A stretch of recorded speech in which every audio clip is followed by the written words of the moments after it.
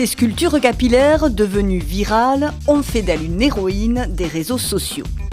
Voici Laetitia Key en chair et en os à Paris.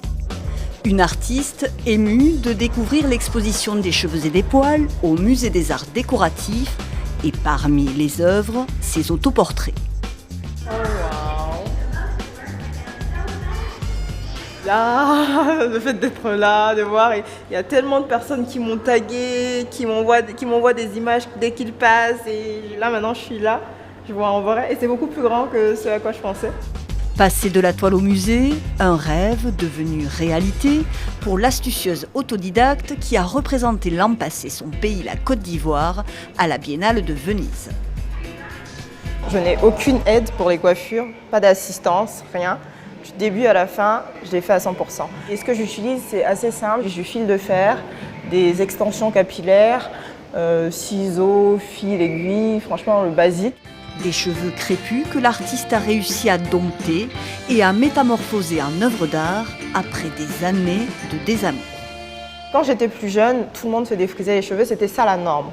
Et donc, jusqu'à mes 16 ans, je n'avais jamais vu en vrai une femme noire avec ses cheveux naturels. Laetitia Key célèbre ses racines, influencées notamment par les coiffures traditionnelles précoloniales des femmes ouest-africaines découvertes sur Internet. J'étais impressionnée par ces photos parce que c'était comme des sculptures un peu abstraites et ça m'a donné envie en fait de faire des expériences. J'ai découvert que dans ces sociétés-là, la coiffure, c'était pas juste pour faire joli, mais c'était une façon de communiquer. Des cheveux politiques que l'artiste brandit fièrement pour faire passer les messages qui lui tiennent à cœur. Elle nous emmène dans la galerie italienne qui la représente à Paris pour nous montrer l'une de ses photos préférées. Elle résume plutôt bien tout le sens de mon travail. On voit en fait le symbole femme avec un point levé et un de mes messages principaux, c'est celui en fait qui vise à réduire les inégalités entre les sexes.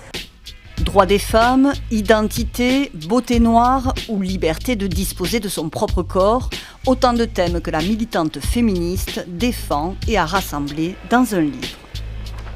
Le type d'oppression qu'on vit en tant que femme africaine est très basé sur le corps en Côte d'Ivoire. C'est vraiment des choses comme l'excision, le repassement des seins, la violence conjugale qui est presque normalisée, surtout dans les régions rurales.